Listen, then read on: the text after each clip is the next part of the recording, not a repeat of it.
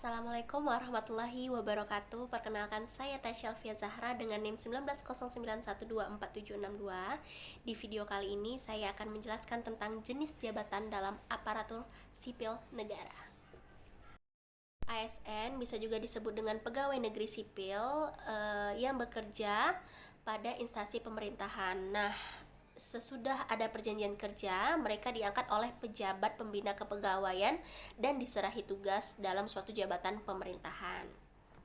ASN adalah istilah baru terhadap profesi PNS pasca lahirnya Undang-Undang Nomor 5 Tahun 2014 tentang Aparatur Sipil Negara. Nah, sejak 15 Januari 2014, melalui Undang-Undang ASN, pengaturan tentang kepegawaian dilakukan sedemikian rupa, baik menyangkut sistem dan substansi kepegawaian, kelembagaan, manajemen, sampai kepada pengistilahannya.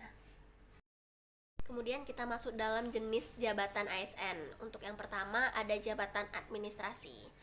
Jabatan administrasi adalah sekelompok jabatan yang berisi tugas pokok dan fungsi yang berkaitan dengan pelayanan administrasi, manajemen kebijakan pemerintah, dan pembangunan. Pegawai jabatan administrasi ini adalah pegawai ASN pada instansi dan perwakilan yang menjalankan tugas pelayanan administrasi, manajemen kebijakan pemerintahan, dan pembangunan. Kemudian jabatan administrasi terdiri dari yang pertama ada jabatan pelaksana. Jabatan pelaksana ini bertanggung jawab untuk melaksanakan kegiatan pelayanan publik, administrasi pemerintahan, dan pembangunan. Untuk yang kedua ada jabatan pengawas yang bertanggung jawab untuk mengawasi pelaksanaan kegiatan yang dilakukan oleh pejabat pelaksana. Untuk yang ketiga ada jabatan administrator, yaitu bertanggung jawab memimpin pelaksanaan seluruh kegiatan pelayanan publik, administrasi pemerintahan, dan pembangunan. Yang kedua ada jabatan fungsional aparatur sipil negara. Nah, pengertian jabatan fungsional ini adalah jabatan yang secara tidak tegas ada dalam struktur organisasi dengan fungsi utama sebagai pelaksana fungsi organisasi tersebut dan didasarkan pada keahlian atau keterampilan tertentu. Untuk kriteria jabatan fungsional ASN, yang pertama yaitu mempunyai metodologi. Kemudian yang kedua ada memiliki etika profesi yang ditetapkan oleh organisasi profesi. Untuk yang ketiga dapat disusun dalam suatu jenjang jabatan berdasarkan tingkat keahlian bagi jabatan fungsional keahlian. Nah, untuk yang keempat yaitu tingkat keterampilan bagi jabatan fungsional keterampilan. Kemudian ada pelaksanaan juga bersifat mandiri, dan jabatan fungsional tersebut diperlukan dalam pelaksanaan tugas pokok dan fungsi organisasi. Untuk yang ketiga atau yang terakhir yaitu jabatan pimpinan tinggi. Nah, mekanisme pengisian jabatan pimpinan tinggi atau JPT memang telah diatur dalam Undang-Undang Nomor 5 Tahun 2014 tentang ASN. Seperti tersebut dalam pasal 108 sampai dengan 121. Nah, tindak lanjut dari undang-undang tersebut telah diterbitkan pula peraturan pemerintah nomor 11 tahun 2017 tentang manajemen PNS seperti pada pasal 107 sampai 131.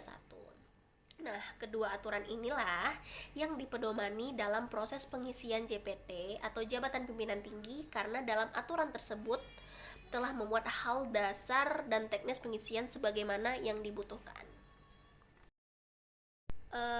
Kalau kita baca dalam aturan tersebut pasti ada beberapa prinsip pokok yang bisa kita ambil. Untuk yang pertama yaitu JPT atau jabatan pimpinan tinggi adalah sekelompok jabatan tinggi dalam instansi pemerintah dengan kategori pimpinan utama untuk tingkat pusat, kemudian ada pimpinan media untuk tingkat provinsi, dan pimpinan pertama untuk tingkat kabupaten atau kota. Jadi pimpinan tinggi itu setara dengan eselon 2 di kabupaten atau kota yang menjadi sekretaris daerah, sekretaris DPRD, kepala dinas, kepala badan, atau asisten sekretaris daerah dan staf ahli bupati.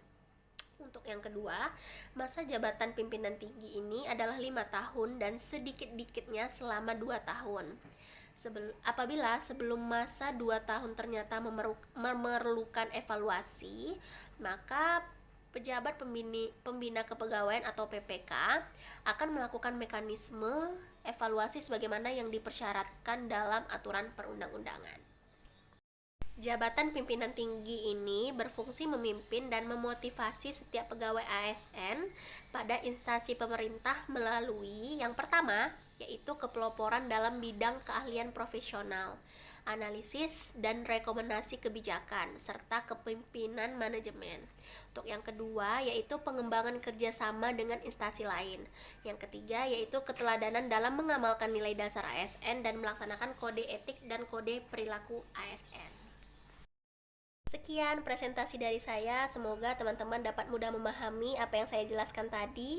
Mohon maaf apabila banyak sekali kekurangan di dalam video ini. Wabillahi taufik wal hidayah. Wassalamualaikum warahmatullahi wabarakatuh. Bye.